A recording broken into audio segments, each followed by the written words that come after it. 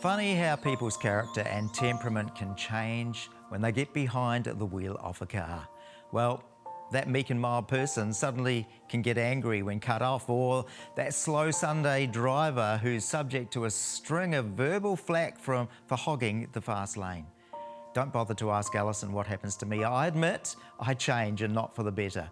Why is it so hard to be restrained and cool under some circumstances?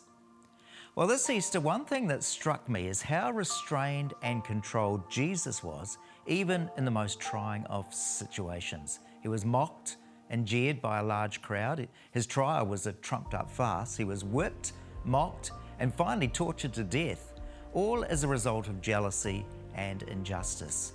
Yet he knew that he could call on his Father and at once have at his disposal more than 12 legions of angels. Now that's about 60,000 angels. That's from Matthew 26:53. Imagine how he could have deployed them to save his own skin.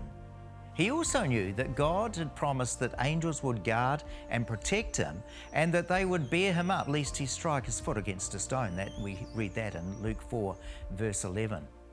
What Jesus faced on the cross was so much greater than striking his foot against a stone, and God could have prevented that all from happening.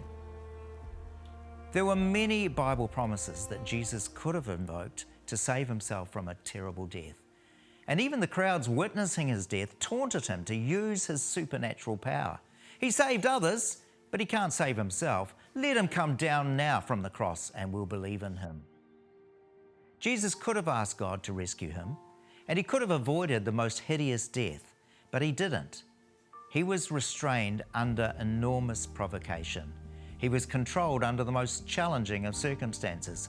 When lies and trumped-up charges were spoken at his trial, he didn't even say anything, much to Pilate's amazement. When an arresting soldier's ear was cut off, he healed it. What restraint, what control. He knew that God had called him to a different path, a different life, and some things just weren't meant for him. Some of the promises of God were not to be claimed if he was to fulfill his destiny.